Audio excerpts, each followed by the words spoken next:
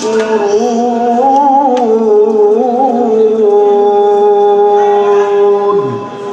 صدق الله العظيم.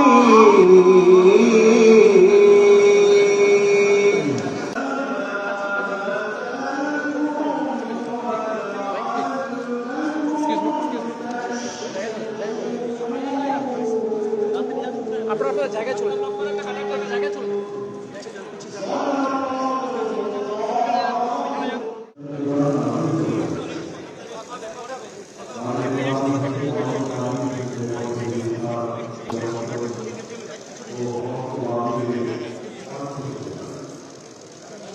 বিসমিল্লাহির রহমানির রহিম।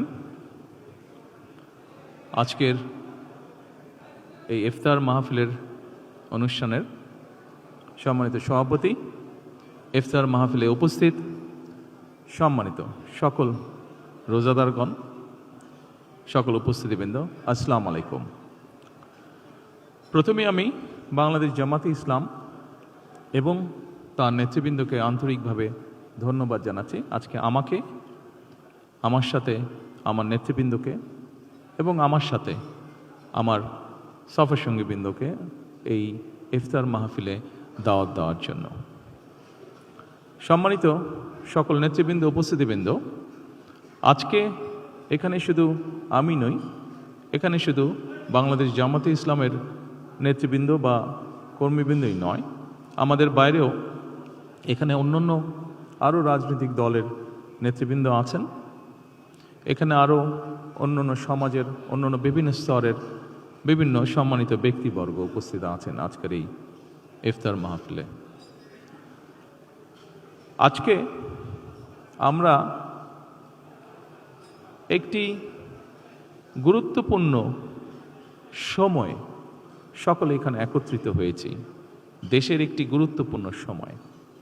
কিছুদিন আগে দেশে নির্বাচন হয়েছে। এই নির্বাচনের মাধ্যমে গণতন্ত্রের যাত্রা শুরু হয়েছে। যে গণতন্ত্রের জন্য বাংলাদেশের মানুষ প্রায় এক যুগেরও বেশি সময় ধরে অকাতরে জীবন দিয়েছে, বিভিন্ন অত্যাচার, নির্যাতন, গুম, খুনের শিকার হয়েছে। এত ত্যাগের বিনিময়ে আমরা আজকের এই গণতন্ত্রের যাত্রা, যেটি সূচনা হচ্ছে বা হয়েছে নির্বাচনের মাধ্যমে, সেটির সুযোগ পেয়েছি। এই ত্যাগের মাধ্যমে, এই আত্মত্যাগের মাধ্যমে হাজারো মানুষের অত্যাচার, লক্ষ মানুষের নির্যাতনের মাধ্যমে আমরা আমাদের বাক, ব্যক্তি স্বাধীন গণতান্ত্রিক অধিকার চর্চার সুযোগ আমরা ফিরে পেয়েছি। সেজন্যই প্রথমেই আসুন আমরা আল্লাহর দরবারে শুকরিয়া আদায় করি। সম্মানিত উপস্থিতিবৃন্দ, বাংলাদেশের মানুষ আজকে অনেক প্রত্যাশা নিয়ে, অনেক আকাঙ্ক্ষা নিয়ে, অনেক আশা নিয়ে আমাদের সকলের দিকে তাকিয়ে আছে, বিশেষ করে রাজনৈতিক দলগুলোর দিকে তাকিয়ে আছে। আজকে আমাদের এই ইফতার মাহফিলে আসুন আমরা আল্লাহর নামে শপথ গ্রহণ করি যে আমাদের আগামী দিনের কাজগুলো হবে এই দেশের মানুষের ভাগ্য পরিবর্তনের জন্য। আসুন আমরা আল্লাহর দরবারে সেই রহমত চাই যার মাধ্যমে আল্লাহ আমাদেরকে এই দেশের মানুষের ভাগ্য পরিবর্তনের জন্য, এই দেশের ভাগ্য পরিবর্তনে কাজ করার তৌফিক আমাদেরকে আল্লাহ তাআলা দিবেন।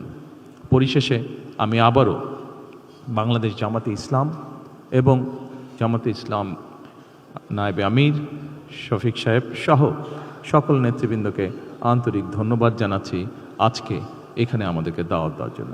আসসালামু আলাইকুম।